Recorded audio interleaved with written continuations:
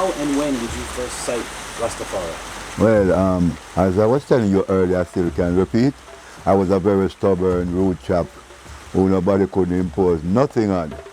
So like I was with my brother and them, I smoked some chalice, but I wasn't Rasta-minded in that sense where I'd recognized it. I was just smoking herb on them own, so it was like the norm. But then now, the day when this master was coming, like some brethren said, I was going to look at the Almighty. And I was saying, no, this is blasphemous.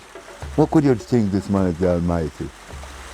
And when they were on their way, I went in an opposite direction. But ironically, or maybe blessedly, if that is a proper word, I heard coming from my house. His Imperial Majesty is now approaching the Harborview roundabout. I was just yards away from it. But before that, I should reverse a little. Before I turned into Harborview, there was a truck full of Rastafarians. This is a miraculous thing that I have to mention it. Going on the airport road, and the body of the truck with the bread in them in it fell off. And none of them got injured. Them just stepped to the side and watch the body coming off. I mean, nobody got injured. And then take it up back and put on and say, airport will say, Rastafari, Selassie, and the truck gone. And I turned off now. Then that is where I heard, like some say, on the radio, if it was a television, I wouldn't know where, but I heard it loud and clear. His Imperial Majesty is now approaching the Harborview roundabout. So I turned around and find myself running. I started walking fast and I started to run. I don't know what was leading me, but His Majesty, because eventually you see who I am. So I reached out like about 5 yards in front of him. And His Majesty was saluting. And I was like hearing in my head, oh, ye of little faith, you know. I was saying, wow. I was so astonished, amazed, I couldn't even think straight. I didn't even want to go home. I was just like 16 years old, you know. I was still in the parents' home and everything. So I stopped on this shopping plaza in my area. And it was even getting dark and I couldn't move. I was just here like a old maids, wondering what just happened, you know. And this lady there, Mrs. Collins, was coming and said, you look strange, what happened to you? I said, I just saw the Almighty. She said, oh my God, Miss Elliott's son gone. You're mad. You're crazy. I said, oh. I just said that to some virgin earlier and I'm glad I come see this for myself, you know. And she went off saying, oh, I'm God crazy. You know, that kind of going into some different kind of vibes, you know. Anyhow, I started now to delve into trying to find out why the Rastafari people was giving so much power to His Majesty. And in them time, most Rastas was reading the entire scriptures, but you had heard about number 6, who tell about dreadlocks. I think it's irrelevant to know, because, you know, it's a time pass. What them use at them time, ever say, one must take the locks of a year to make it grow until the days be fulfilled. And it was the Psalms, and you read in Psalms, and Judah is God known, His name is great in Israel, and the Revelations now was like Revelation 5, and you say, wow, this is serious. It couldn't be coincidence that this man come in the form of flesh and give him the title, Lion of Judah, King of Kings, and all these things that the Bible tells that Christ would come with. So I was saying, this is more serious than I thought. I just started begging forgiveness, and I started to talk so before. You know, so I started to delve into reading the parts of the Bible that was more important to the Rastas who was the founding fathers, because they never think about the entirety of the scriptures, but certain parts, you know. And it was like strengthening enough, you know, especially as I said, the Psalms and Revelation. And you know, I found myself just wanting to be a Ras because it's an inborn thing, but it's when you get your calling, you recognize that when it happens. So, you know, true Rastafarians cannot turn back.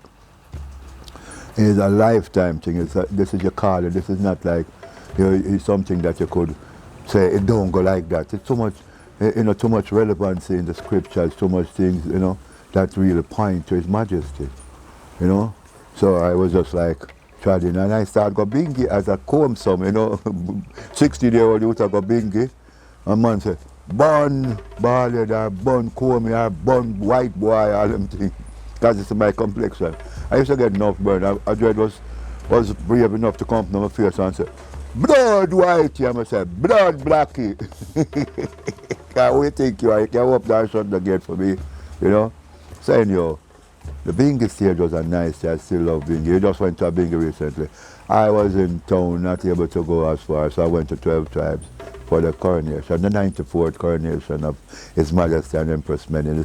First, I have a song named Perfect Balance. So I said the first king that crowned together was His Imperial Majesty and Empress Many. As far as the history, I know, I never heard of it before. So, you know, going to Bingy, you know, I was like feeling rejected. You know, after there's a little youth on the side the faith now, I wonder why Rastafarians would fight certain things.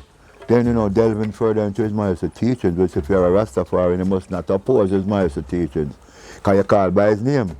So when I start reading what His Majesty said, until the colour of a man's skin is of no more significance, and him say, Ethiopia have the oldest version of the Bible, whatever language it's written in the tab, and they'll say, you know, you used to go Bingy and some man say, burn Bible and burn that, you know. But that didn't keep me away, because I was saying that people relate to the scriptures like so-called Christians. So the ancient was what saying they never want to relate to that, overlooking that His Majesty, you know, was the one who recommended certain things. So they needed to know more about the history of His Majesty. In that time, a lot of literature was not around. You know, so they must just being just Rasta. You know, I say it never showed me because I know it's just the ancients of days, and you know, man just says straight Selassie, we don't worry about nothing else. But straight Selassie, I have to know about his teachings, you know. So that was important. But as a youth, you'd have to bring it just a chant and the joy where it brings. So, you know, if a man has said burn this, burn that, burn that, I don't give a damn. You can burn all yourself if you want, you know. So I was just there as a youth, you know, who go into the Bingy. But the big thing, a man can't stop you from being who you are. I don't look towards the next virgin to say, him have to give you the go ahead. But as a youth, you want to impress the elders too, even with unknowingly. Because I went to a Bingy out of Bull Bay where I used to keep Sabbath Bingies, like, you know, on the Saturdays. Them time, I went to a few Bingy, like a 7-day Bingy. It wasn't so easy for them to do this them time because, you know, after their country, police fight down the thing, and you know. But I went to this Bingy up at Bull Bay, and I asked him about twin brother, them name Willie and Joe, but him said, Willie and Joe are there, the Haile and the Yo, them the rest of them. So I and Yo went up Cane River Road, which was nearby to the Bingy, and bring an old tree. I mean, a tree, you know, was strong and young, you know. We just put it on our shoulder and come to the Bingy. And we throw it in the fire, them said, this one named Poor Paul, burn him. And I just said, the young lions lack no strength. And because of my complexion, you know, a man said, Jared's grad your love, not grad your hate, you know, like when I say I preach your love. So like them said, them accept me. I wasn't looking for the acceptance. I just did it out of me wanting to make sure the Bingy fire keep burning. And you know, that meant so a lot to me because them times when I start dreadlocks. You know, because I got Bingy for years without. I wouldn't have felt comfortable going to ever Bingy as a 16-year-old youth with combing your hair and thing, and you know, I would have got some more significance and don't follow it up, and you know. But once I start to carry my dreadlocks now and I feel powerful, like any other dreadlocks, you know. So I can't go Bingy, I don't care what you want to say. You know what I say? I'm going to go and because I tell even before I moved to Baruch, I walked 7 years without shoes, saying that I burn leather, burn anything, burn deaders, you know. That's some ancient virgin of past and God, Irians, God bless them soul. They used to come to me and say, youth, it's not nothing outward, you don't have to follow everything, you know. See?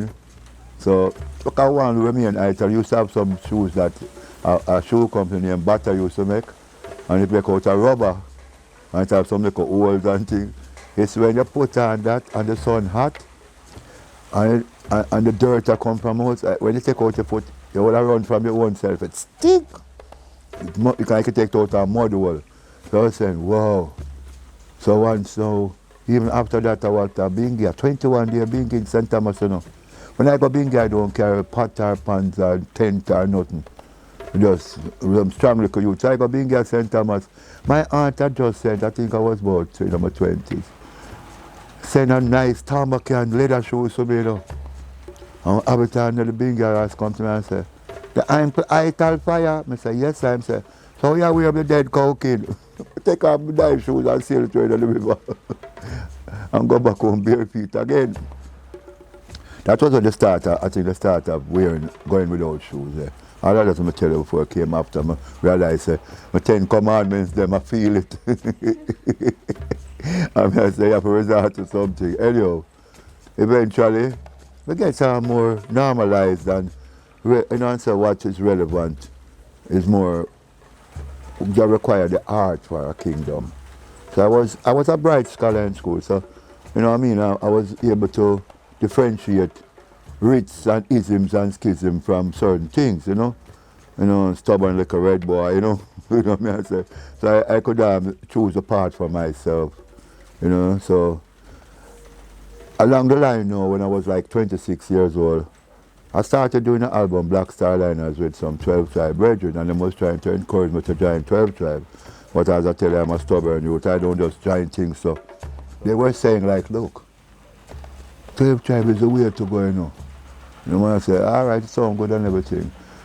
Actually, when I witnessed 12 tribe, I said they were the most organized mansion. And I didn't show no interest in wanting to join. Because the rest of mansions, you don't join nothing.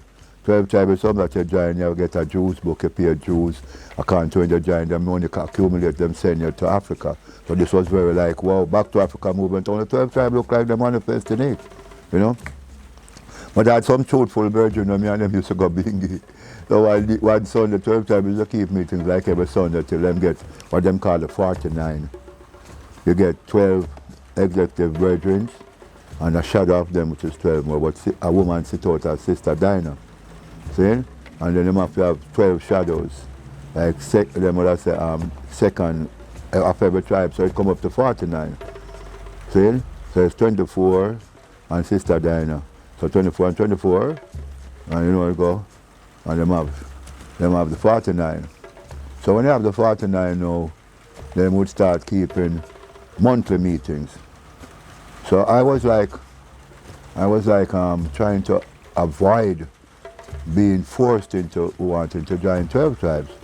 But the fact of the thing is that the brethren who produced Black Star Liners, him and him brother-in-law was 12 tribe members. Then you have the likes of Earl Bagawaka, bass player, who was Judah first in 12 tribe, and Paul Dixon, who called himself Pablo Black, a keyboardist of no mean order. They were part of the band. And when I got to record now, guess who them bring? You can imagine my first song, Jerry from Scatterlights and guitar, Earl China Smith. I said, wow. And the youth who went with me, so 3 guitarists played on that song, you know. But the bad part about it ended up good.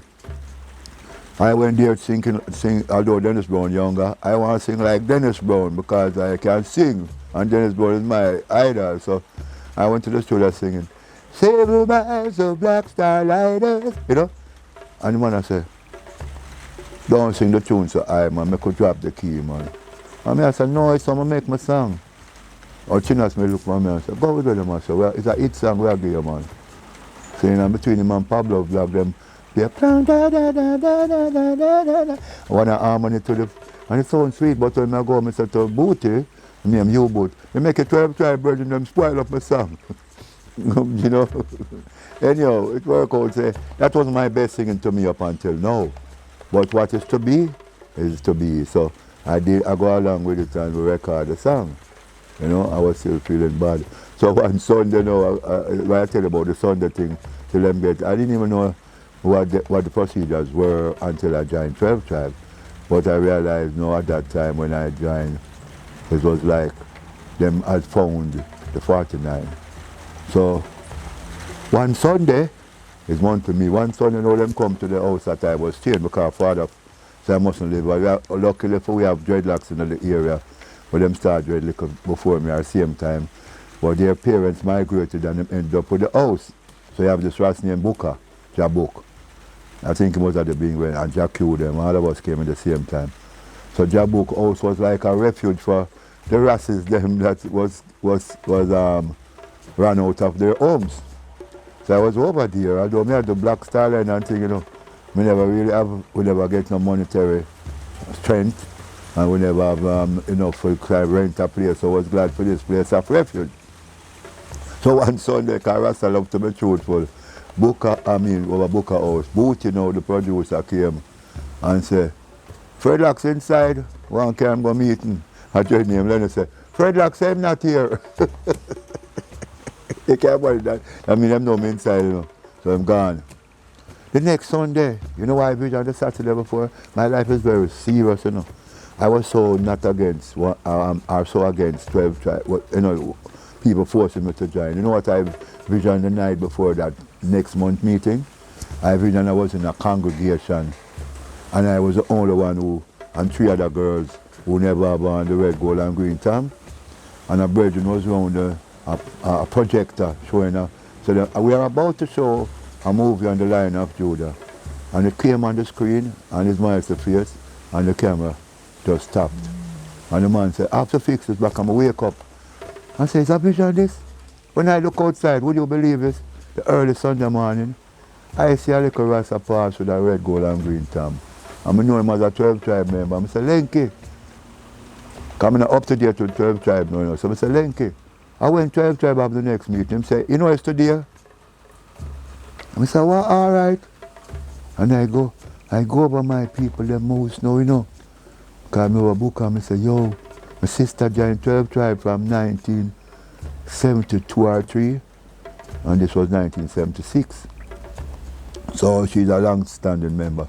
So I go and say, why my sister and both of them always go together. I was like the man in the area who provide a transport to carry the 12 tribe member them in the area, kind of a little like van, a close-up thing, but it could hold a couple of people. So when I reach there, them say, you know, so both you just pick up your sister and gone. So I start run to the next place, so I think some other member there.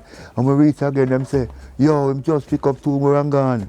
I go to an open lot and reach on the main road just to see the van passing and a bus pass and stop it and block it off. Cheese and peace, I say, our child look, I look the bus pass and the reverse. I say, your sister in the van see you and say, my brother look like him will stop you. But she was saying to him, say, him now come join 12 tribe, him love go bingy more. So she was telling him, so I go in the van unknowingly what I was going to say and say, today I'm going to join 12 tribe, you know. Everybody said, wow, like a surprise, you know. So joining 12 tribe was a great thing for me. Not in the sense of building up spirituality, but it was because I was saying in myself, this is the organization that is happening, doing things. And it was hard, you know this, so as a man who's a Ras, and you got bingy. For Rastafari accept a man saying, Jesus Christ, then born Jesus a bingy. See? Now I was understanding 12 tribes saying, greetings in the name of our Lord and Savior, Jesus Christ, revealed in the personality of Emperor Haile Selassie. So I was understanding that it's not the name that meant anything, but the whole fact that them is saying that there is no speech in our language where the voice is not heard. And his mind to say it in the Bible speech, say, we in Ethiopia have one of the oldest versions of the Bible. No matter what language written in it, have one and the same meaning. That is gospel to me, not gospel, you know. That is gospel. His mother used to say that. So I don't care what language. So if 12 tribes say we want to do proper English and say Jesus Christ, I don't have no problem with that. So I joined it. And I joined it and still got big. So the first big guy go after I joined 12 tribes and said, they gave up the higher Inge for the 12 tribes of Ism with Prophet Galman. Because he's known as a womanizer, so I'm saying, Galman have the right thing still, you know. I mean, I care what no man can't stop me from going nowhere with Rasta there, you know. Because my father's house is many mansions. Only one place I wasn't welcome is Bobo. I go Bobo Hill one time and them say, only like a half-white boy think the long locks can save, you know. And all them things. I say, all right. And the mother said, it's not a real Rasta, because there's a black Ethiopian black Congress, you know. So it's more black-oriented. But after a while, people of my complexion and even them regard as white, it's Bobo now. One time I go to Mandela Park in Alpha-Tree, just to divert a little bit, and it's a white Bobo was officiating and some man, we can't believe Bobo gone to that. And a Bobo in the audience say, his mother say, until the color of a man's skin and all nation have a bow, so quiet your mouth. I didn't believe Rasta could come to that. Them keep a thing them a global reasoning up at the university, and 12 tribes. Bobo Bingi was the executive on before the Millennium Council formed. Because the Millennium Council was formed to try to unite. It was just for the millennium year, but it lasted even longer. But this was something that I really was so thankful about when I go to this meet now. This Bobo in the audience, me are 12 tribes sisters. I greet in the name of our Lord and Savior Jesus Christ. Them say, burn that boy there, you know. And one of the Bobo upon the rostrum now, sir. When you don't know 12 tribes here now, and if you can't take that, it's better you leave it now, Bobo. Don't disturb the meeting. And Elder Bobo says, Selassie, yeah. Okay, unite. That leads us right into the next question. Yes, sir. How did you get into music? Okay. My father used to make me feel like I am the worst thing. What them call Christmas, the 25th of December, which we read in the book of the Maccabees, that on the 25th of December, 168 years before Christ, a wicked Roman emperor named Antiochus Epiphanes offered a soap on the altar, and the people were compelled to eat swine's flesh. So I don't really, it's nice to say you can't tolerate anything, but this is a fact. That, you know, that it looked like it's customary for them to have ham, which is a pork product, a pig product, in other time of the year, like them actually celebrating them forces well to eat swine's flesh. See? You know, so I say, in them time, you know, I kind of miss what I wanted to say. In them time, you know, my father, you know, was saying to me, you're 17 years old. Because this is a kind of rewind question, you know, comedy going forward. But anyhow, I never dreadlocks or nothing yet. But you know, I'm rebellious, as I was telling you earlier. I go to church when I was like almost 16 and going there dirty, and the man said, come out of the church, you're getting crazy. And I said, rend your heart but not your garment, and him run me out. So I was saying, you see it, them people that are fake. That started to lead me before it might come to think like, something wrong with the church, it looks like there's something I need to search and find. Anyhow, not to detour from the question. When I was 17, my father and mother had maybe about that time, I think maybe 9 or 10 of us. Because he had 7 children before moving to his home that he bought the 1st of August in a bigger space. All this part of them I get to tell you, one of my aunts have a good husband when we well off, one vehicle. So when we moved into that area, my father still moved with this one bed, like a queen size bed. And him have him said single bed with my mother and him. So him said, no, the girls them getting big and thing, we have to sleep on the floor. And get the girls in the bed alone. It's a 3-bedroom, so my father and mother in one. The middle room is the daughters, and we know we're sleeping on the floor until we get this big table, look like when the Last Supper table with Christ. And my father said, no, I think it was 3 brothers of us by them time. We started to sleep on the table. Because my father, I love him all when I'm gone and he used to crucify me. My father was an independent person. He never trust anything from stores. He wait till him have the money can buy. So we had to wait a long time to get a bed. Our television would come in. I was the most obedient one. Me and my father, I will tell you after what happened. My father used to say, don't go to people's house, wait till I can buy a television. If you go to people's house and they miss something, them can say you stole something. So don't. I was the only obedient one. My sister, them younger, them want to go everybody's house, go watch television, you know. I was just like that. I just withdrawn. I never do go against what my father said. So to answer the question, my father said, 17 years old, go look work, you have so much children, and they're not going to feed you. You come beat me off or nothing. You get big and strong and you look like a Rasta minded and all them things, you know. And I'm not going to tolerate your thing. So he said, what you want to do when you grow up? I said, Dad, I'm too young. I was 17, so when you're a teenager, you must know what you want to do. By in your 20s, you pursue it, etc., etc. Anyhow, I was saying, I like football. I could play very well, what them call soccer. And I can sing, which I'm new. So he said, which one you prefer? Words of wisdom, you know, you're my father. Which one you prefer? I said, I prefer singing. He said, well, pursue it, because if you love what you're doing and doing what you love, you'll excel. So straight away, that's when I went to studio, and at 17 years old. Now, Mr. Coxon, Dad, I don't know if it was prejudice, racist, or whatever, but I was one of the fairest-skinned youth trying to get into music, and he overlooked me a lot of time. With my group was called The Lyrics, see? And we go there, and you know, so Mr. Dad, about 3 months straight we went there, and the man wait until him see me alone, him say, hey red boy, what you do? And I say, me sing, him say, well sing now. And I start sing my first studio record without the group. So I start sing. It goes something like this.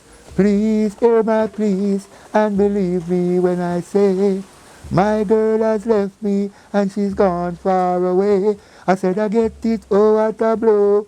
I get it, everybody know. I get it, what can I do? I get it now that we're through. You know? So I sing that, him say it sound good. So by the time now my brother and the next one, them stop at a shop to buy some bullock cake. Because I go studio hungry now, I'll walk. That's when I spend half a bus fare. I'm hungry, you know. I have to spend it off for me because we're hungry. So we reach and we buy something them called snowball and bullock cake, and we just share all that them come in. And so I says, like how them come in, I can sing the song again. Once my brother start playing guitar and the harmony, he said, go inside, make them hear, you know. At that time, I know Leroy Sibbles is celebrating 60 years. This was 1967. I mean, so I recorded my first song 57 years ago. They clapped to Marshall Griffiths then. But it would appear to me that if Leroy Sibbles said me 6 years into the business, would have started 64 too. But I think the group, Heptones, that maybe have been the first songs them record. Because my brethren who was a member of my group, when Coxon said we'll pass the audition now, one of my brethren, we call him Beanie Bird, Albert Tomlinson, he became a solo artist and did some good songs for Studio One. And he said, that group that Battle and we know, the Heptones, you must listen to them too. And Coxon said, all right, the next thing I know, when I go into the next time, like months after, Leroy Sibbles was now the resident bass player, and the next two was working in the pressing plant. See? Because they were very, very, very, very great. Leroy Sibbles a standout, because he played the bass line for Sata Masagan and you know. So it was nice to see that, because they was coming from out of Trenchtown to get to and, you know. But Coxon wasn't partial in the sense, and although I come from a middle class neighborhood, and put me up on the back burner, bad to, you know. I go to never burn up, we wait so long, but we get the privilege. So that started off my thing, so well, I recorded 3 songs with the group, the lyrics. No money at all. So all right, so the people, them not well off. Because here where I'm coming from with a one-room thing with my father and 7 children, and them just buy a house, have a sleep on floor. You know, so I say, that I go down vex, me now look no work, I'm not go studio and nothing now go on. You know, so I get to work. 1968, we were into 90, I do it in chronological like Marshall Griffiths did. Yeah, 1968 now, Jackie me too, and Bob Andy saw me singing on the beach, my brother playing guitar as usual. You know, box guitar, and Bob Andy said, wow, and Jackie, Leroy, the brother still singing, man, you must come back at Studio One, man. So I was kind of reluctant, getting more into the Rastafari movement in the century, and I was committed and said, only thing is that I never start dreadlocks just yet. You know? Then you all right, I was encouraged and I said, okay. Went up there and I did a song called, I was going to call it Girls Like Dirt. Coxon said, you have a next song name, so he named it Music Like Dirt, which is the same Desmond Deck and the Aces have Girls Like Dirt and one name Music Like Dirt. So anyway, I'm going to name it Music Like Dirt. And I did one name, Old Man Says. As I told you, no, Music Like Dirt, to him name it. He told me, this is the part I don't like to talk about, but the truth is, I think I say it every time. Whether Bob Andy was dead or alive, I'd still have to talk the truth. No, Bob Andy and Jackie carried the studio and we sing a tune. Never let a woman put you down on your face. It's the only thing that I would call a disgrace. Man was made to rule. You learn all that in school. You may not recognize it, but it's just a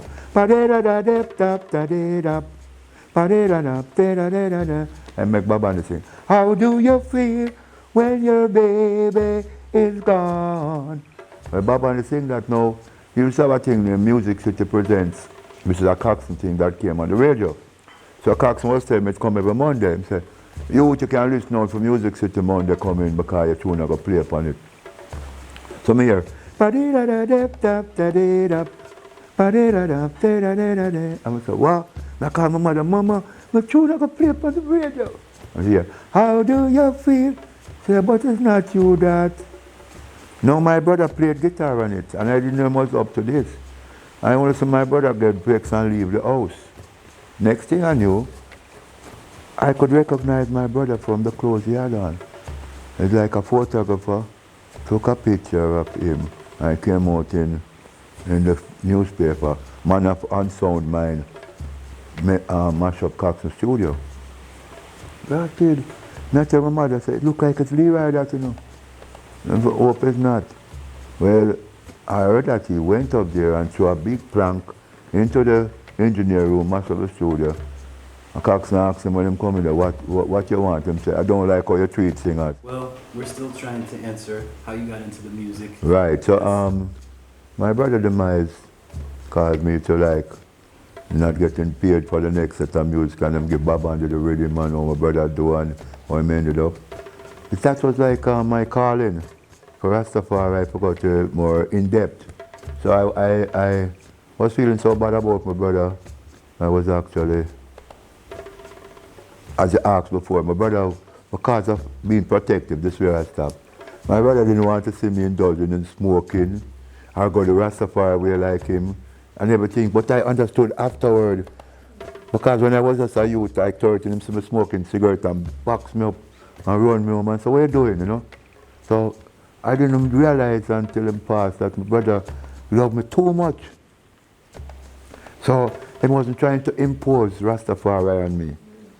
He was trying to more protect me. Keep you safe. Because he realized, as 3 years older than me, what he was going through.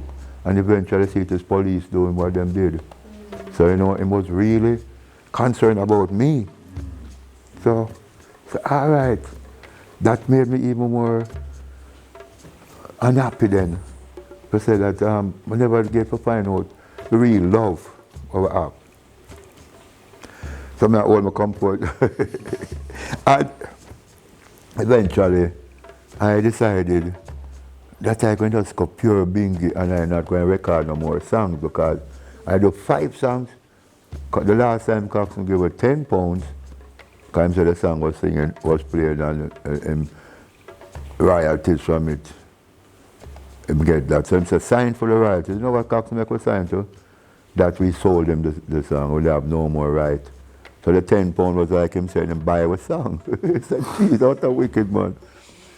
And the man make us sign that, him fold up a paper and say, sign this. And when we open it up and say, you already see the contract, say, I think it's a 3-year contract. You cannot do any more songs for any other producers without his consent. You cannot do any live shows, whether local or overseas. I said, what is this? So being get real mad as a bigger man. I say, Kingston, man, you do something, you know, me will get more explicit than this, but we don't do this on interviews. But the man gets real mad. He say after studio one thing, I realized that Kingston didn't pay up. And I said, okay, start bingy, straight up. People come to me and say, Red Docs, we want to record you, you know. I say, I don't sing reggae, you know, that's I sing, you know, you see me? You know, and them I say, you can't do that. He said, that is how I want to do it. So I got bingy, used to have a Bongo Rocky and his wife, baby, when them see me come bingy, them say, see the little angels them come here? Cause some sweet singing when I start time. Chant aya bingy, chant aya ying, chant aya bingy till the morning. And them would hear the angelic voice, I will learn things. So when the daughter them are sing with them sweet voice, me and all some youth know about singing, I do the harmonies, you know. So every time them see them say, well, glad when you come bingy, see man, it make the eyes is higher, you know. See? So anyhow, fast forward now. I got bingy for years, no recording, no. You know, and my brother died, it kind of touched me so bad, you know, 72. It's like we go Randy's downtown and recorded some tune for Randy's.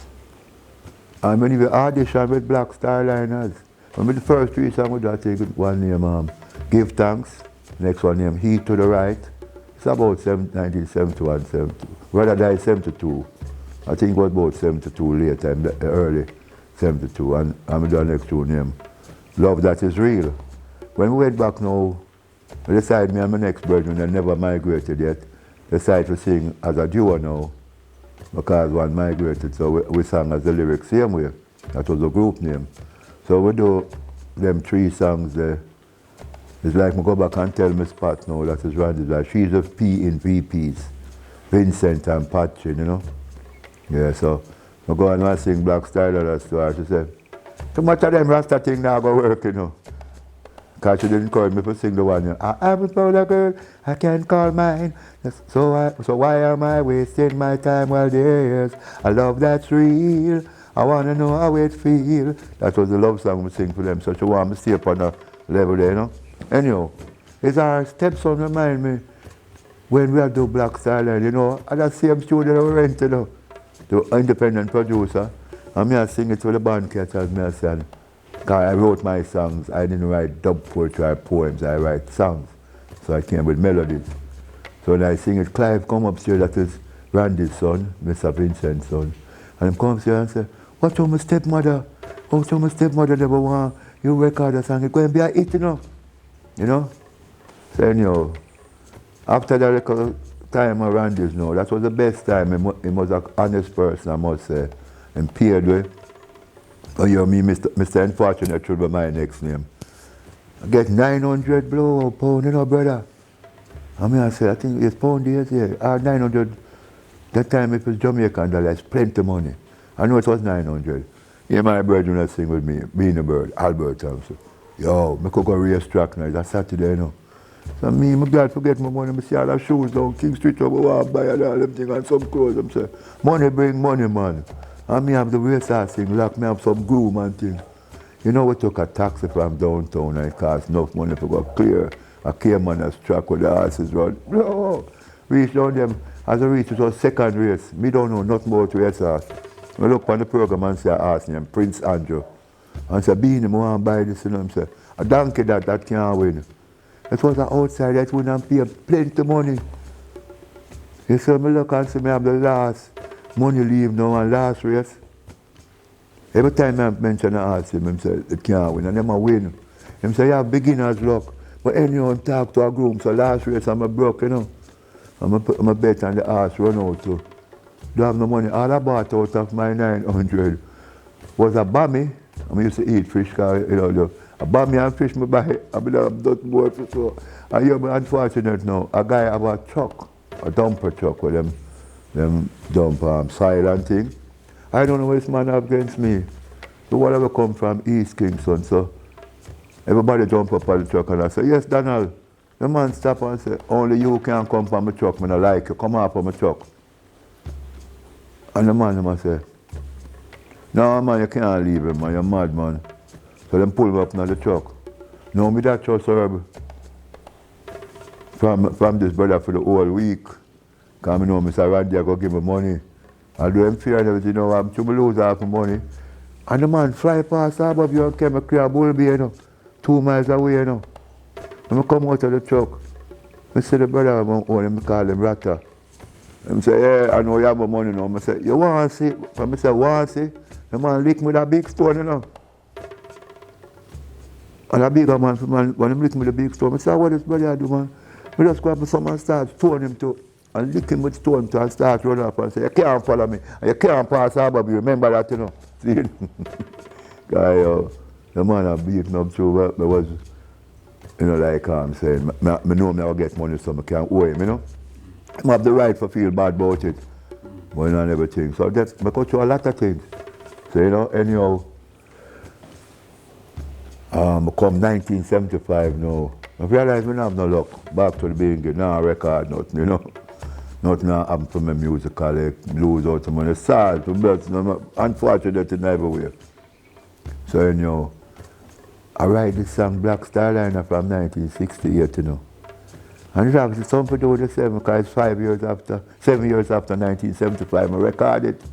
See, and I tried, it was written from 1968. See, it named 7 Miles of Black Starliner. About the 7th of June. So 7 seemed to be a magic thing for me. So anyhow, when we done record a song, you know, the 12 tribe money, I try, encourage me for join 12 tribe, but as I was telling you, you don't just get dreadlocks doing things so easily, you know. So I try fight it down and fight it down. Well, I said 12 tribe was moving and sound more logical for be a part of 12 tribe.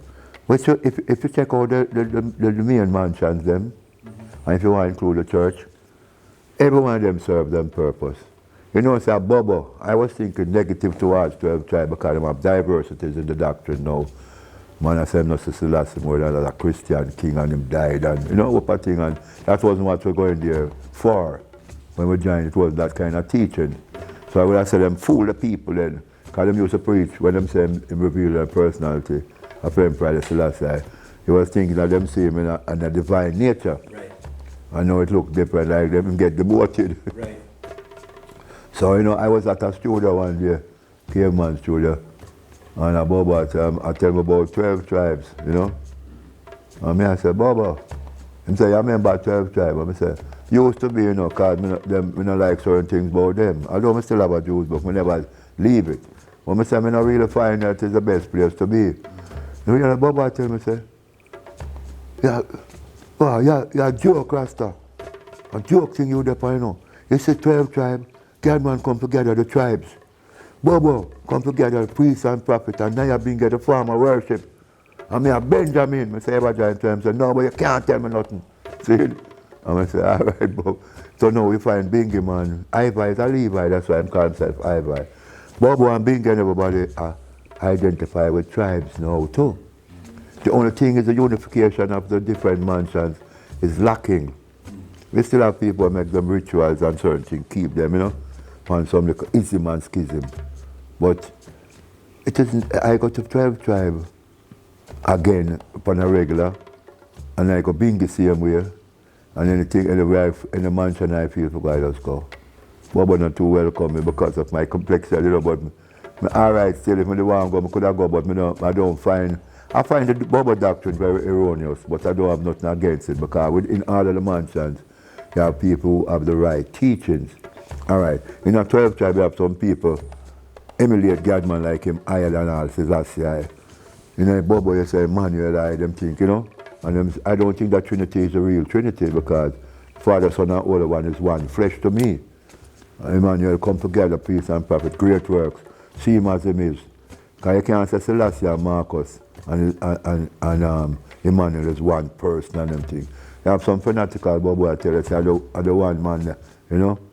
Him so high, you can't get over him. Him so short, you can't get on him. So round, you can't get round him. And you're just one man, you know. And although them say it's three different entities, them still try to tell you, say the one, there's a tree with the one spirit and it's just a God in a man that and the three of them. You know, I don't fight Bobo teachings. I don't fight Bingy, I don't fight 12 tribes. But I say, I cannot adapt to somewhere I cannot explain because I don't see the Trinity in that form. See, I say Haile Selassie, the part of the Trinity, as the Father, Son, and Holy One of creation. Them is a three in one and one in three. I don't see it as three different flesh. And I think the Bible explains that perfectly. See, so I go by that. Anyhow, we have Bobo say, like some 12 tribe man, like even me, we say, Brother God, you know, 12 tribe is a great organizer. You revere him in certain way because of him good works. Yeah, Bobo say, some Bobo Looney talk about Selassie and Emmanuel and Marcus are one. That, you know, them see him as a person who organize people and them love him for that. See? So we are the love that for remain. And who is like to tell a man say him shouldn't be a Bobo or a Bingy? I don't have the right. Is that is the road will lead him to what make him. But the fanatical thing, whether it's in a Bingy, 12 tribe or anything, I don't join that. See?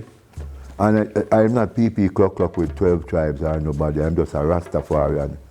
Who knows I love to say one day when, as Bob Marley put it, say, Africa unite.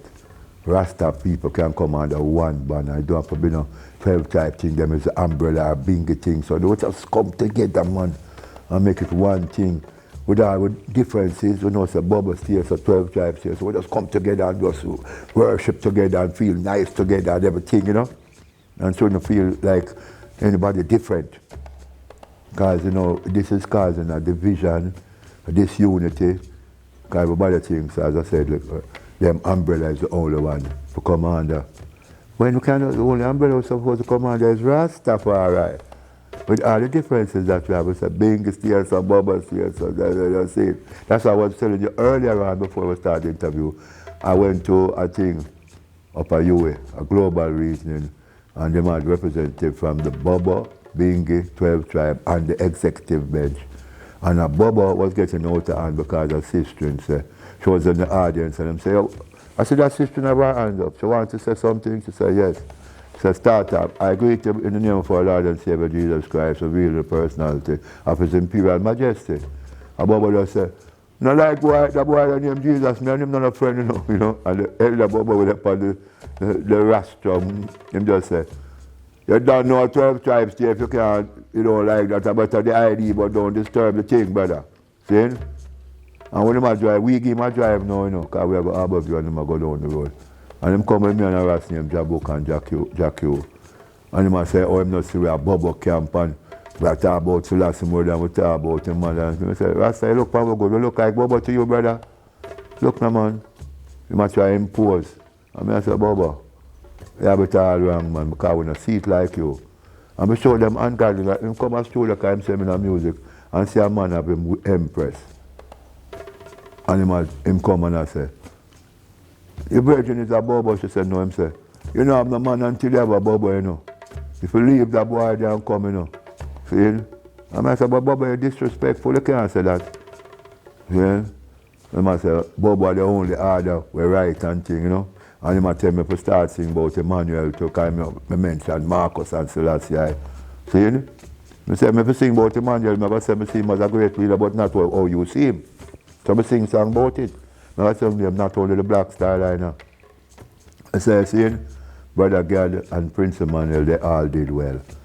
Leonard Howell, and I name them in a song because I accept that these people, whether people get misguided by them or go berserk or feel like them did I tell them somewhere, them interpret wrong, I still see them as great people because of them works. Because to get people together is not an easy thing. And if you're like-minded to a person's teachings and you want to see that as a way, as I said before, who is I to tell them, say, this is not the road to travel, you know? So I accept because I have Bobo brethren, you have 12 tribes now, we have brethren, we got Bobo in my 12 tribe member and them wear turban. I was so glad to see that. I go Africa, Ethiopia. I'm inside the 12 tribe HQ, you know, and say, I see about 6 men in a turban, and I say, weird. And I rest look for me and say, you know, I say, yeah, I want about this, you know, but I can't read my mind, you know. When the man with turban say, only in Africa, you know. Because look here, well, you unite up here, so, you know, not a problem, you know. And I say, what? And him say, my Benjamin too, you know. And I say, yeah, man, but for accept the thing, them were real, you know, brother. See? And I say, give thanks, Baba. And I go over Bingi Center, and I say, Bongo Rocky with some little 12 tribe youth, them hug up and say, because I just near to one another. Have you been to Ethiopia? No. All right, the Bingi Center near to 12 tribe HQ, but the Bobo them know, you know, some, I never get to go up on them camp. But the Bongo Rocky said, I'm a real little brother, them, you know, true little Rasta youth, them on here, you know. I love them, you see, you know. So, would I wish to see that all, you know, Jamaica on a wider spread. But when I realize the set of youth them will come now, them want to go on like them don't respect the teachings that was before. Like, not calling them, some come and say them come for revive reggae, and them kiss and that time. When did reggae die, you know? You know what I say? And all these things, and them want to go on like them have some new thing as preach. And we must more look up to them. Them use some things where they sound relevant, jack all upon you because they are strong. We was youth too, you know. And we come with our youth stage. And we know say have a pass on the baton, but that don't give you the right for things. Them man them before never do nothing. You come get a smooth road. Look what the elders them go through, which was before you. Man got jailed for nothing, get trimmed. Get him pulled up on Coral Garden incident. What you talking, youth? We better straighten up. Them things that them have it all. Them things them reach. And what of them that the music thing get so self-centered, you know? So what hope and pray so them just show respect and level up and don't get overzealous. Because a man that is in honor know it not is like the beast that perish. See? Them to know them things there. So I tell you, hope of them are go on, I can't to Jamaica, Patra. You go on, you know, just mind how you go on, you see me?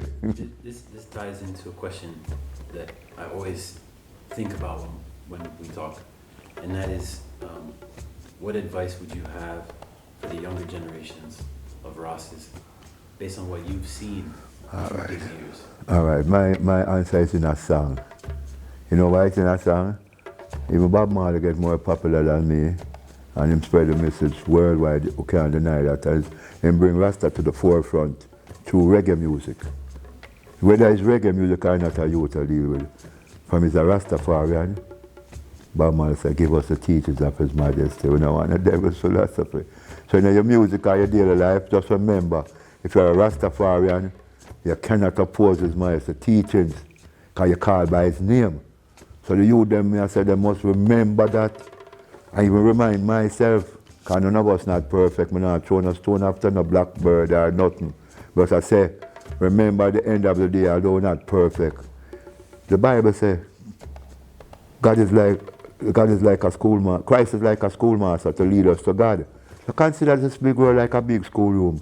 And God is not unfair. The more right you do, you have a better chance. See? I can't cast no stone because who's without sin cast the first stone. I can't cast none.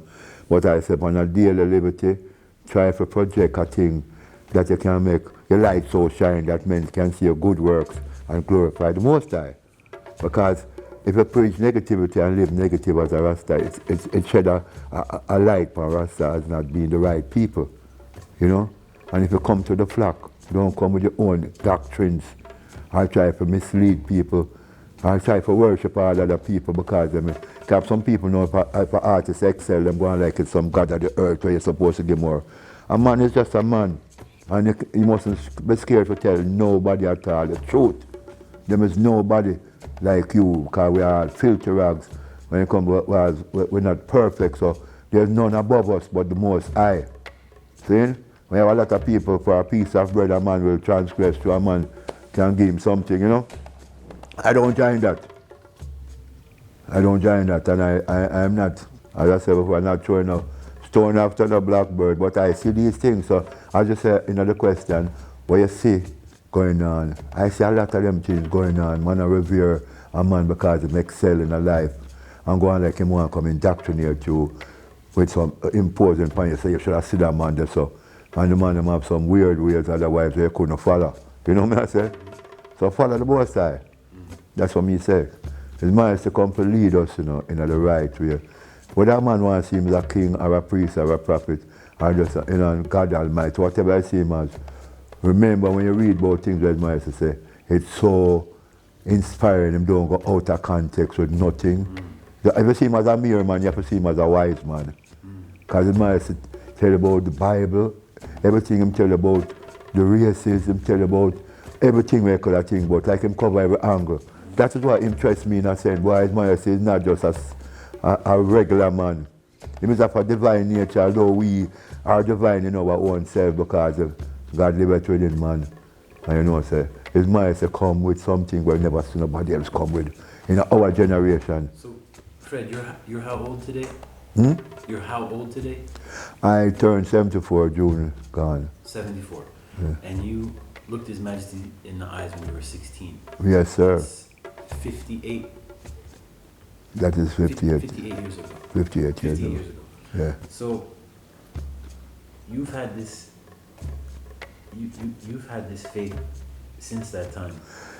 I was aware, yes, from that time. Yes, of course, because before. It's informed your life. Yeah, it put me in the right spot that I should walk. Because as that's what it's saying, I'm scared to tell the truth even if it's against me. See? I was cursing man for saying them blaspheming for saying Selassie is the Almighty. And yet still when I saw him eye to eye and I realized that this man is of a divine nature and he like my head me hear myself. I think I'm repeating myself, but I'm saying, hey, you have little faith. So why what I'm saying is for almost 6 decades now you've held on to this. Of course. This faith. And I'm not change. And my mother used to ask me, I hear my love my mother. You see when I just say, maybe I should say a light in me. My mother used to ask me, if you do that touch you ground, you not cut it. I said, no, mama.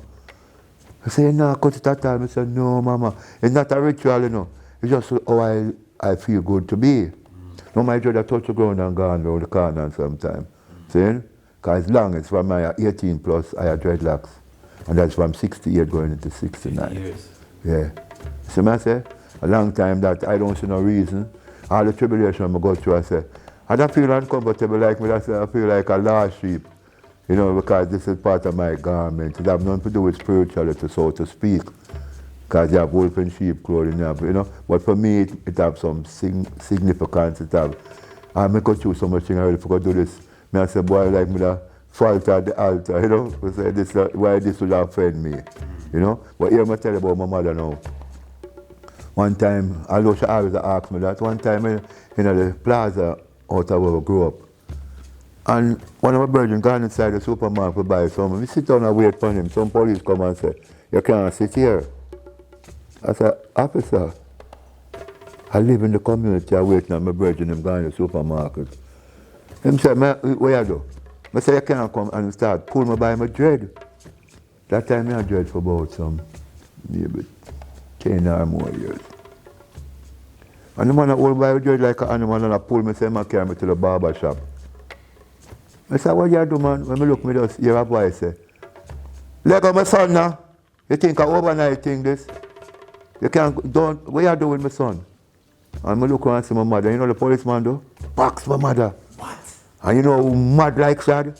When I care, I hold him like neck, you see, and run up into the wall with him. Wow. I'm serious, I could have dead, you know. And I look here, all policemen that come with them guns, click, click, click. And the people them must sell upon the center, we sell food provision. Them just come and say, you know, so the boy love his mother. Let him go, you can't do him nothing. Go away. When you look at dog shit, you know, see it, and take me out of the man. I just move.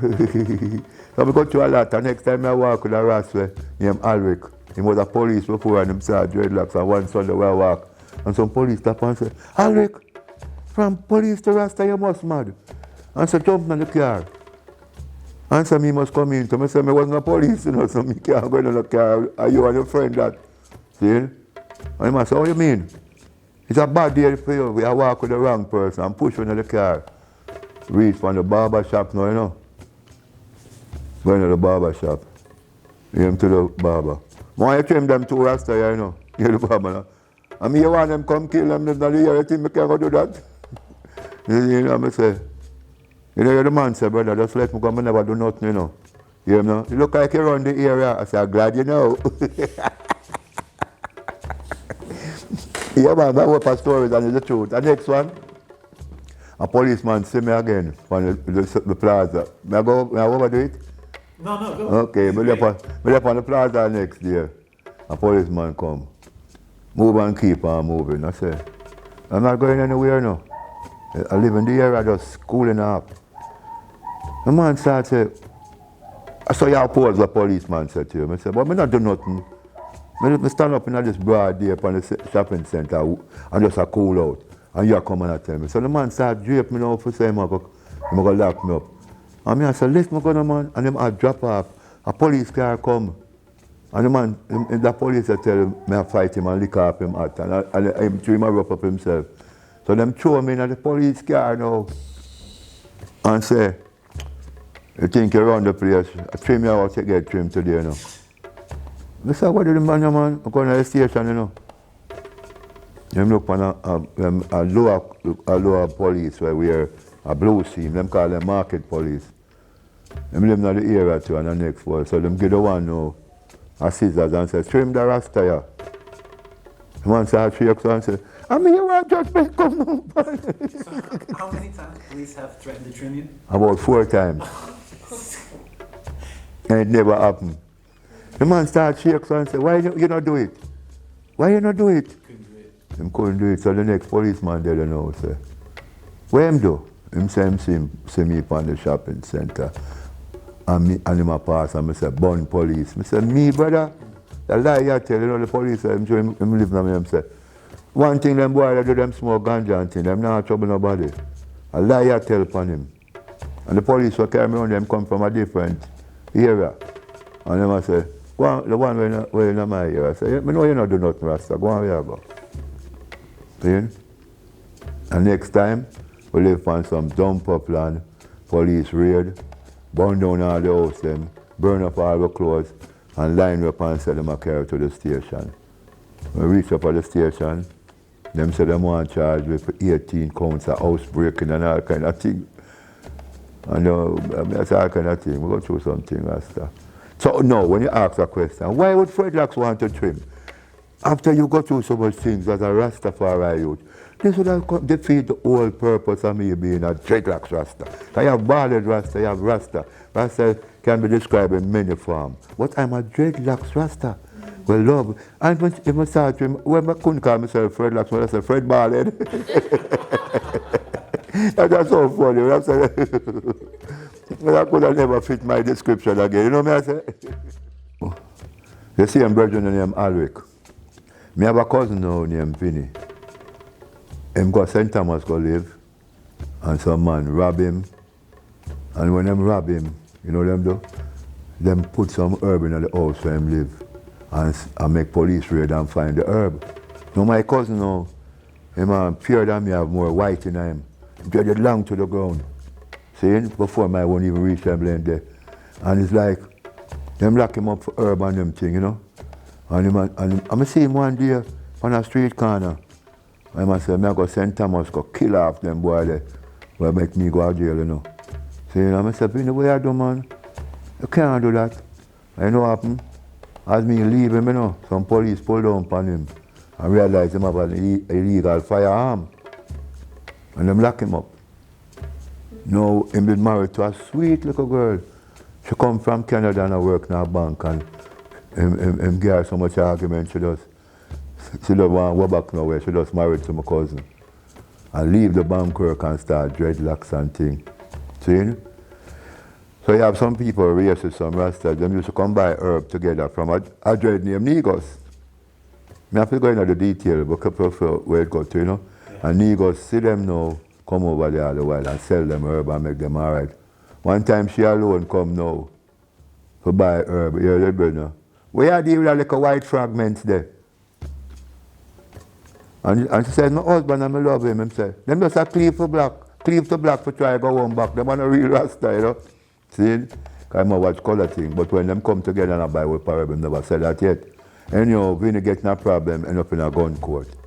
So she look refuge mounts me now. I have to protect her because I don't live like that with my cousin's wife and him gone to prison. So, you know, I just take over. You know what I say? She come mounts me up a theater named Arambe because I was living in there and taking care of the place. Now, I was there before I invite Alric to come stay there so too. And the man I try for sex off my cousin's wife now. Two man gone to prison. So in a Jamaican saying, the man said, he's a cock blocker. Because I want him get to go to her. I say, you can't do that no time at all. As long as me live. See? Because she seek refuge mounts where I make sure she's all right. See? Anyhow, he did get a long time in the prison, so maybe she should have get thirsty. But she should have choose if she want to get a man shouldn't try to force her into that. That is how I think. So I was protective of her even further, so it's because, or more so, it's because my cousin's wife. See? So anyhow, we decided to form a group. Remember I tell you I use the name Tony and Owe. So I go form a group named Tony and the Melancholies. And we hear that? It's the sweetest joke. You ever hear that part before? You look like you hear it, you know. She laugh already. I say, no, we are sing. And me lead sing. There's a spark of magic in your eyes.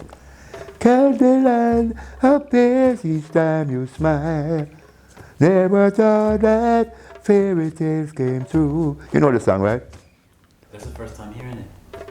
My first time. Yeah. But they come through when I'm near you.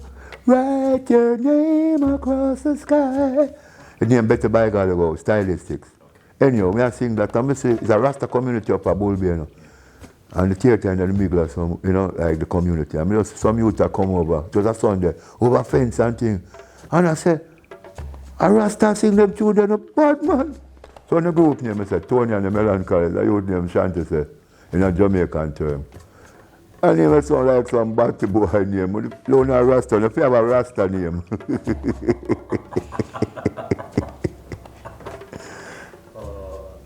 Yeah, you don't have to wipe out that car, plain talk. When the man said that now, we just come to me head and say, him say he's a Rasta name. So I say, I call myself Fredlocks, start rhyme with dreadlocks. And instead of island and melancholy, just say island colors. Okay. So I sing as Fredlocks and the island colors. Out of that said theatre, with Count Ozzy and the Mystic Revelation of Rastafari, 1973, and sing Black Starliner before it record. Wow. See? Wow. Because I should have sing with a band from 12 Tribe named Youth Professionals, but them said the man never pay them enough money and them come one rehearsal and leave. But me a community artist and the man said, boy, any means necessary, you have to sing tonight. See? So me don't rehearse or not, me just come on stage and sing Black Starline and them love me, so I sing a Dennis Brown song with the kettle them a play too. Now that the change has come, we must live as one, you know? And way much to the delight of the people, you know? So from that day, I don't know, I start calling myself Redlock. I just thought of a great question.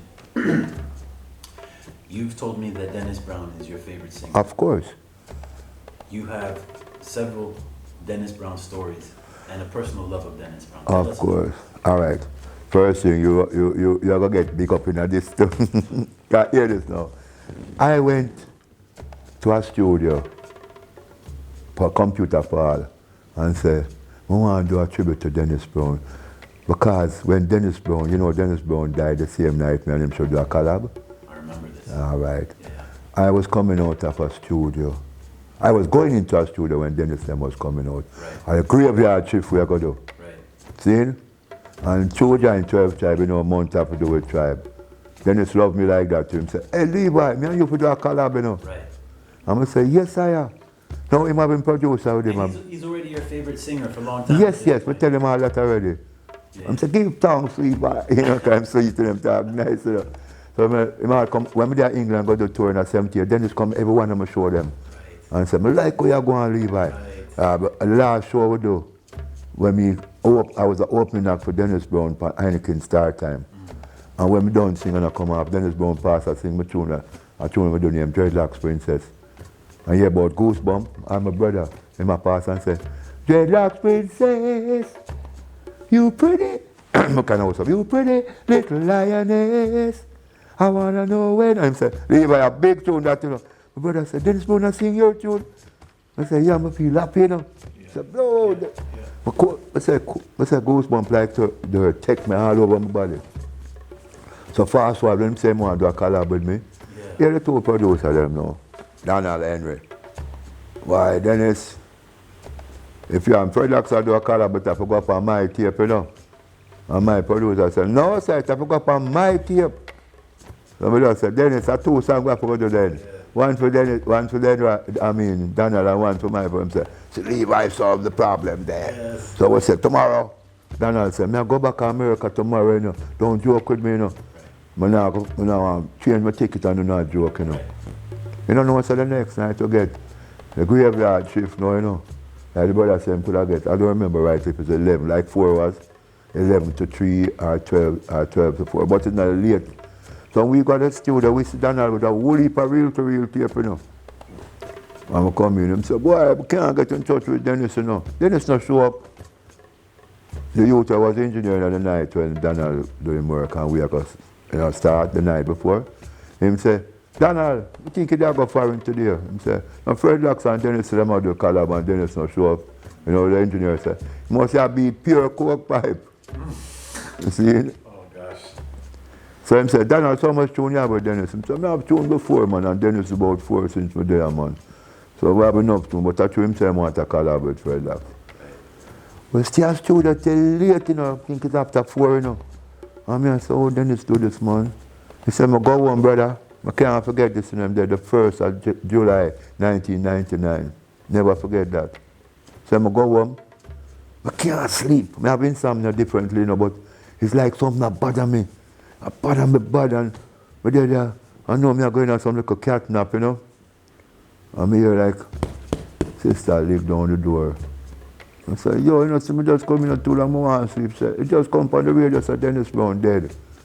That was the night, the end of June, and the 1st of July I'm dead. I said, I cry like a baby. You know, so every time you hear Dennis Brown song, I couldn't listen to it. Now I go hide. and cock up me ears go far. Every time my sister I'm emotional. I cry, you know, I'm living now every time I hear a D Brown song. You ever hear about deja vu or history repeating itself? I go over China Smith's yard one day and China start playing guitar and Sugar Miner start sing something and elbow me and say, come in Jalax, and I start sing. And China Smith said, hey, a big song you have up, you know, brother, you have to record that, you know. You know what Sugar said, and it bring back everything. It's after doing in my studio, you know.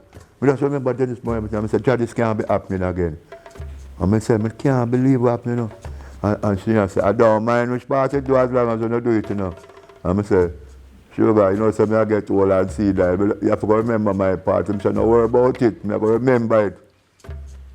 You know, so the man called me a couple of days after, you know, and said, Jalax, him called me. Jalax, I mean, I Lidwell Thompson, an engineer in my studio. We want to clap the rhythm for the tune, you know. Hear me now? Oh, Cleat, Sugar, I can't come tomorrow.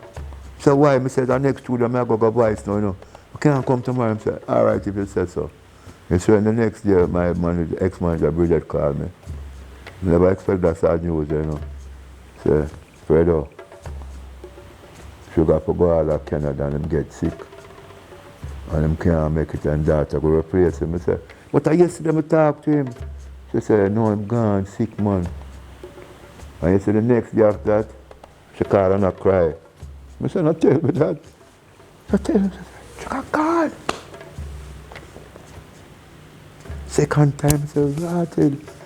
My grandson is still there still, but I'm sorry to know that happened, you know.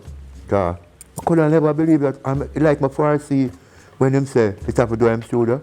You know, my mind me and say, Chad, don't tell me say something serious that happen, you know. And when I meet him last baby mother, him says the best woman he ever have. You know what she said? When Sugar go, you know, if him soul not gonna Zion something wrong, she said, Sugar said, boy, master, I'm going to leave you, you know. She said, you're too young for dead. Please, Sugar, you can't do that to me. I said, most time, if I've done anything wrong against people, forgive I.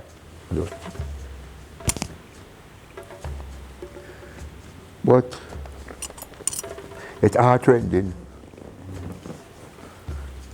So I say to myself, I said, why me? But I'm glad of me still and of me gone. Because we have no work with us still, you know. But Sugar was such a person. Like Dennis Brown, them so love me. You know, so one time a girl come with a scamming argument up at 12 tribe and people tell her after she do it all the while. She come up at 12 tribe, you know, and it was the 25th of May. And Sugar born that said birthday, you know. And born on the OAU there. But them call it, them change it to AU, you know, right? African Union or whatever. And the girl come up on the mic with Sugar sing and I said, come in, Jalax. And I start singing. I hear this girl, I said to him, say, you know what, say, and I cry, you know what, say, some people just rob me and take all my money and things and I have more for you to think about. And Sugar said, and Boop and give her a portion of money, you know. And me sympathetic and too and just give her, you know. And a woman just come up and say, I lie the girl I tell you, she go out and do that every day. And I say, I start move to the gate quick, you know. I say, well, it's always here, we're kind of hearted. Because Sugar have a lot of children, so when me about Chabs, couple children and them robber, I say, what a wicked girl, man. I better she just come beg something and don't have to tell a lie like that. I talk about somebody rob her all her money and Chab her you them. When Sugar just laugh and say, to draw one power, Jalax, I say, yeah. Draw one meaning to draw a scam with subclate, you know. So I say, these things happen, you know. But the music base, if you come back to it now, I tell you about Black Starline and the continuation was that. I don't want to miss out that part, important. This 12 tribe brother will make me record a song.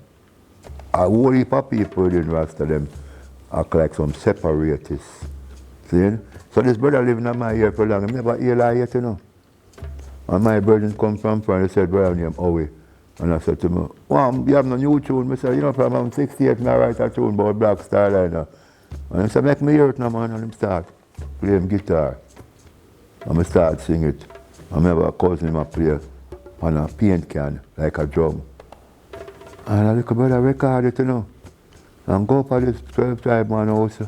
And the man come back and I see him look man and say, Jade, So me I look out and say, I don't mean my talk, I never hear me yet. And the man say, are you me a talk, Rasta? So walk me, him say, you know what I say? Just look at you with your record somewhere sing, brother. I mean, you know me a 12 tribe, but we can relate to this, because it's Africa. And start play it, and it sounds so sweet. The man say, if a studio that's doing, I would have released it. So the man said to me, I have interest in recording that song, you know, brother. I say, why am I not that, you know, brother? You know, so I'm not sing a reggae song. You know, the man say, if you have a talent and bury it, you're going to lose it. So that Saturday, though, I go to my yard and like to ring them head. Don't bury your talent. But no, in my 12 tribes, so me never know, so them keep Sunday meeting. So the Sunday me gone in them yard, you know. But I don't know them man, just because Rasta never get no for work, you know. So me go in yard the Sunday now and knock down them place and the woman look out. And I say, I come to Booty, she say, I'm not here, you know. Say, all right, you can tell him, so the dread down the road, come check him, you know. The Monday now, I go again. Boom, boom, boom.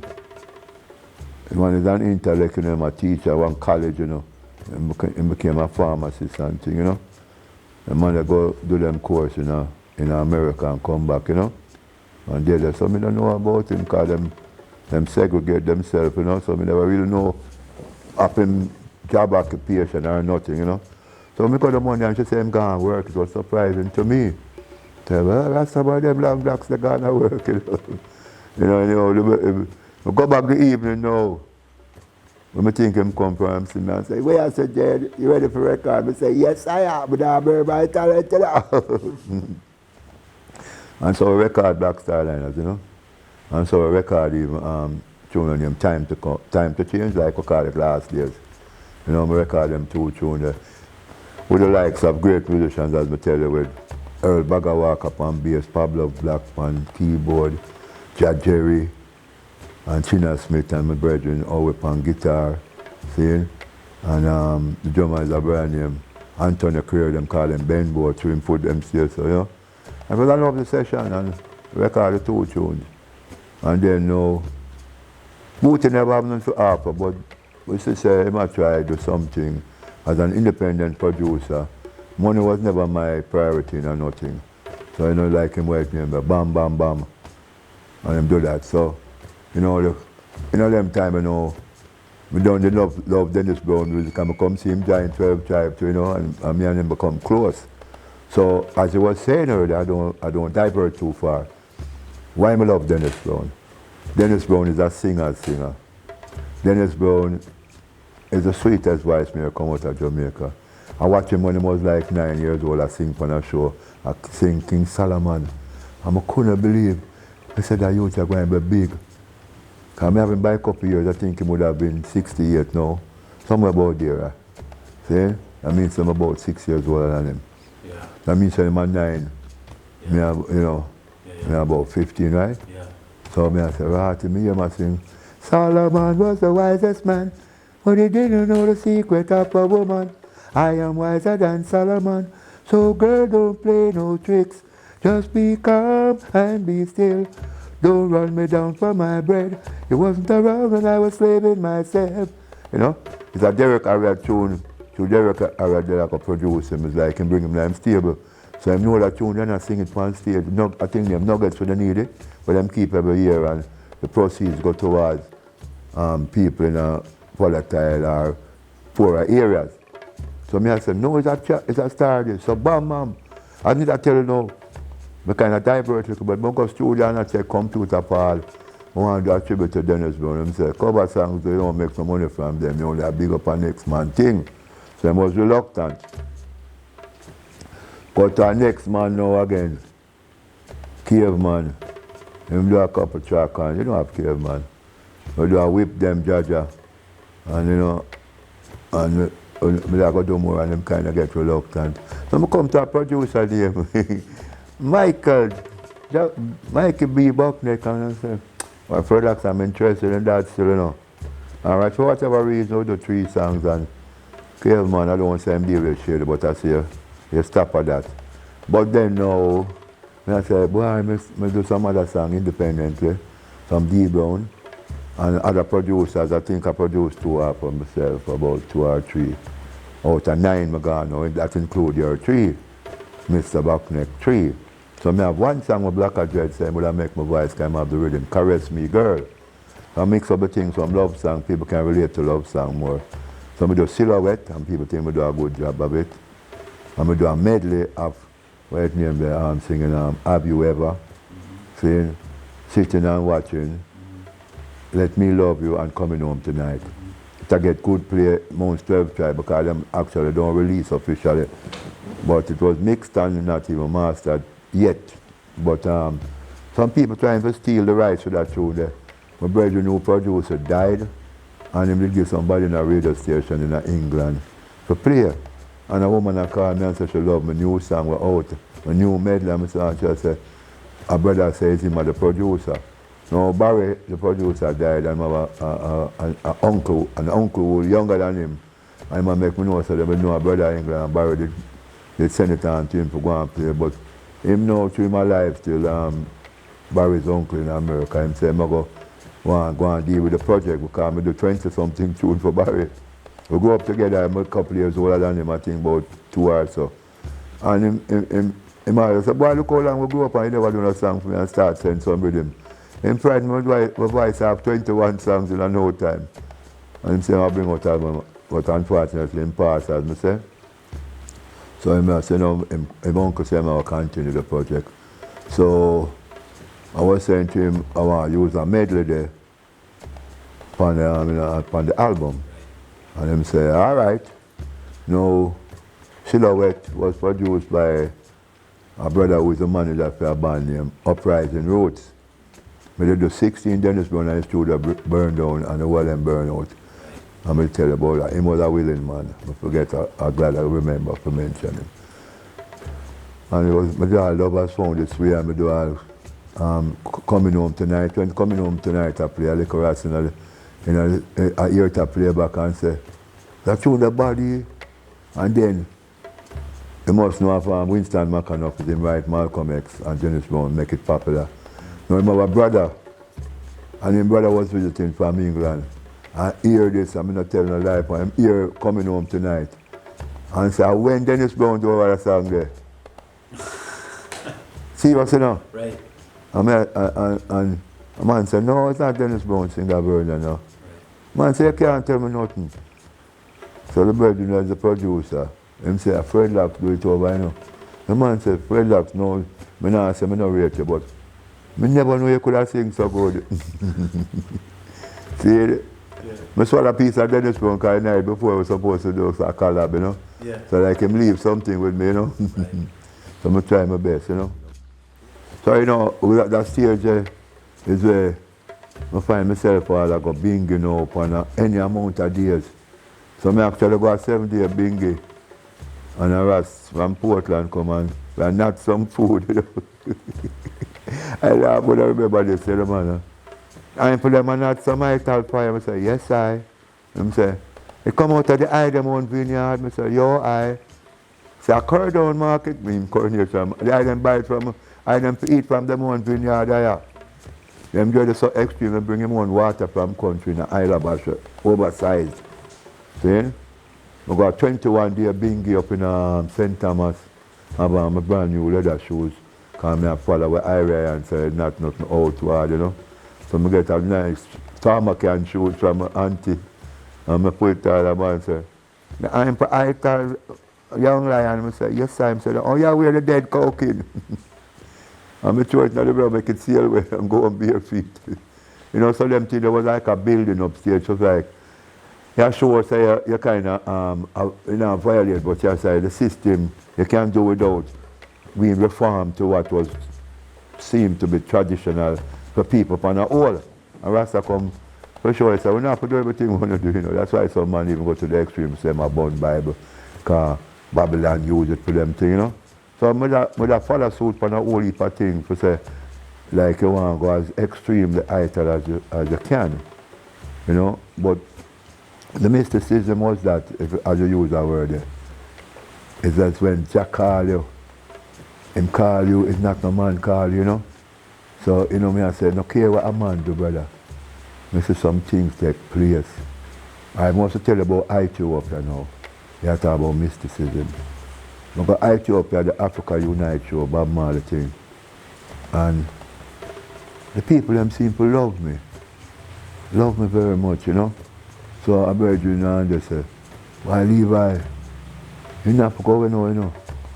You can't wait, man. We can get an extension for you because I have an Ethiopian wife. Him say I have connection. I say, you know, so I don't know what I do.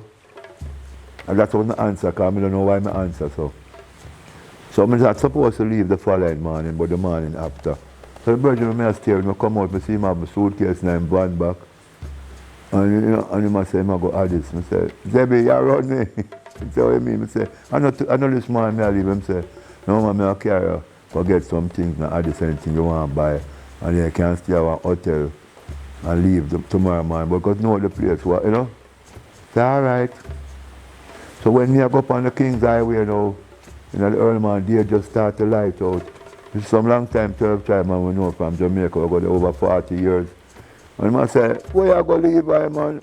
And I say, I don't know what I do yet, you know. But I have to rewind now to tell you before that. When me, the night before now, when Sidney Salman comes in and said, Levi, people them love you, can get an extension, you know. I say, all right. So, him say, tomorrow I can't do it because the next day you're supposed to leave, so we can get it done tomorrow. I don't know why I kept answering. I said, you know what, I don't know what I do yet. So I went inside the room. This is the truth and nothing but the truth, so help me. Yeah. I go inside the room and stay so and say, Emperor Selassie, Jah, Rastafari, tell her what to do, please. And me have voice say, is a woman going to tell you what to do? I'm not asleep, you know. I'm feel like Samuel with Elijah. And I say, speak, Lord, for thy servant, hear it. And I hear the voice say again, is a woman going to tell you what to do? And I say, Selassie, you know. And I hear my brother say, Fred, are you all right in them? I say, yeah, man. I'm going to sleep like a lamb. No, I had gone to Tobago before a couple of years and meet this brethren, Mr. Joseph and his wife. Treat her very well. We don't have to go into details about that, but people will look at her, we must eat from her and that kind of thing, you know. But when we reach Ethiopia now and this happened, what happened after that make me want to think. Because them say don't eat from her, she practice juju. Them call it juju, you know, like equivalent to obia. And my man give me a bunch of banana, you know, and I buy some dreadnought and I cook up them, I cook down to a custard. And all the people I remember in the HQ at Tobago don't want to eat from her. And I eat them and look for me like them think I'm going to die. Rastafari. So, we reach Ethiopia now. And them say, a woman I will tell you to do. See how the mystics, as you talk about, they're on the King's Highway, you know. And I look for my brother Zebby, him come from Trinidad and I say, you know, son, I go to Tobago, Joseph and his wife treat me good. I like tell them, say, I step, you know. Him say, I don't live with them people there, you know. I say, why? Him say, why? Them live in the house I built for Godman and the Jamaican members, them kind of find that a weird thing. After the brother come, he's a carpenter. He work on every hotel and every now. He come every day religiously and work. I never know say him not talk to him, you know. And he's a Trinidadian like him. So I say, when him tell me say him not deal with them people, you know me answer and say, I saw him bringing a dirty waste from the west come up here to brother. I never know say I saw him stay over here, so. So hear the sweet part now. You know, I'm very emotional and now I'm cry again, but hear the sweet part. The man reached under the house where the woman and her husband live, which was built for God, man. And the way him not deal with them, him reverse into the gate, through the gate, and she come out from the veranda. Brother, I couldn't believe what happened next. She said, Brother Levi, why you want to leave us? But since you have to leave, when you go to Jamaica, go tell the Naya Bingi, Bobo, Israel, and all Rasta, so they must come home because the West going to perish. I said, Bumbaclad, excuse my language, I couldn't hold back that one day. We just licked the one side and said, Zebby, drive. And him drive with Alice and I cried the whole way. Because I couldn't believe it happened. Him said, woman going to tell you what to do. You know, come to my mind first. Them say she's a Jojo man in a Trinidad. Look like she to really have some powers where it's not Rastafari powers. And then I said, no, but you tell me to relay that message. And I just feel happy and say, the woman tell me what to do. Yep. All right. Land of Jamaica, we reach Jamaica. My cell phone, we leave down here, it ring. And I answer the phone. Hey, who that? One producer, man. You know Jamaica now, Fred Locks. Why, I want to come do some tune, I have some rhythm and I there anchor studio, you know. I say, I just come from Africa last night still, you know, brother, but all right, me come in, you know. I say, I reach at the studio, the mission starts same time. As I reach, I see a girl, like she does a dread, but I have about 10 different colors. See it? And I say, what is father? And she have on a tear-out jeans, it never so popular them time, and nose ring and all kind of ring. So I see a sister in her 12 times, she called herself Blooming Rose. And she said, Fred Locks, and when you come back, me you say you go to Africa. You know, so it's nicer than Jamaica. Well, of course my answer that sound weird. I say, I lose half a year now. You know, that's the promised land, that's how you ask. I say, but I never go there yet. So I start telling what I just told you. And the girl with her work for colours, you know, died, her hair dying a different colour. She just dropped against the van. And say, Rasta, you make me feel ungodly. You make me feel ungodly. And I say, oh man, cool, you know. So you know the brother know when some come through them, I don't reach inside yet, you know. The man come out and one Fred Locks so long with them. I say, I'm there upon my father's business, you know. See? Man say, you're cool, man. I say, yo, I never tell you something for book no time, you know, I come and you say, yeah, I come. But you know, so I say, I come there, I say, you know, some enough people do that, brother. The man drive out and I say, go away, madman, for you. And him gone. You've now said 2 times that it's like the voice of God or His Majesty is like in your head saying things. Like it would appear so, but I don't smoke, I wasn't sleeping, and just I wipe out my hand and say, is this real? I ask the question again. It's not, I was delusional, I don't know, it just seemed like him in the room, the voice say a second time, and I say, now wait for a third. And it's the truth not tell me, the voice say, is a woman going to tell you what to do? Yeah. Some people that check say you get paranoid, or you're so tired, you believe, so you hear things. But whatever it is, when that voice came and said that, I see it actually revealed the very next day. It's true. In the same time when you were young. Yes. Like the voice of the conscience or something. Or the right. It's a recurrence of something mystic again. Yes. So hear more mysticism now. I come back now, tell them that a voice said to me, not a loud voice, my memory, my thought was telling me now, you know you're going to deal with this thing. Don't talk about Africa or this unless somebody asks you. Because I don't want people to think there's something wrong with you or something. You know, but tell you, Upper Caveman studio, and you know this December time, I come up, so-called, a brother come with him, you know, I'm a painter, he close well painter for him, and say, come to the studio and say, Rasta, anybody said about you, so? And I say, no inside about you have man down the way and can get a job by. And I said, I look like a traveler. You ever go to Africa? I don't know him from the bar. I say, oh, you know him? I say, I don't know, but you know, I say, you look like a man who go to Ethiopia. I say, I feel that. I say, yeah, man, I go to Ethiopia just for them, I come back, you know. Because I go there for, I said, months ago. Like when I come back, I go there in April, February. I'm come back in April. So in a good little while. So the man said to me, say, I'm asking him, you that singer? I say, yeah, I say. You know, I say, if I sing pure songs of deliverance, it remind me of Moses. Is this a Rasta man? A bald-head youth. I don't know if I'm a Rasta, I'm just come. And when the man tell me that, tell me, Lord God. You know, I say, a sister in New York, I say, I'm going to use the name Moses Levi. And them say, some youth that rise up in Jamaica call themselves Moses Heights. See? And them say, them a fight against God, man, and me want to come use Moses' name now. I mean, I say, in America, I never hear nothing about that, I don't know about that. And a sister look at me and say, Use your name Fredlock still, man, but sing some deliverance song, man. No call on a fight for yourself. And this is from long time, American man come with that self-reason. He must time me there and show you, man. So, where are Moses? And me look at it, him look different every time.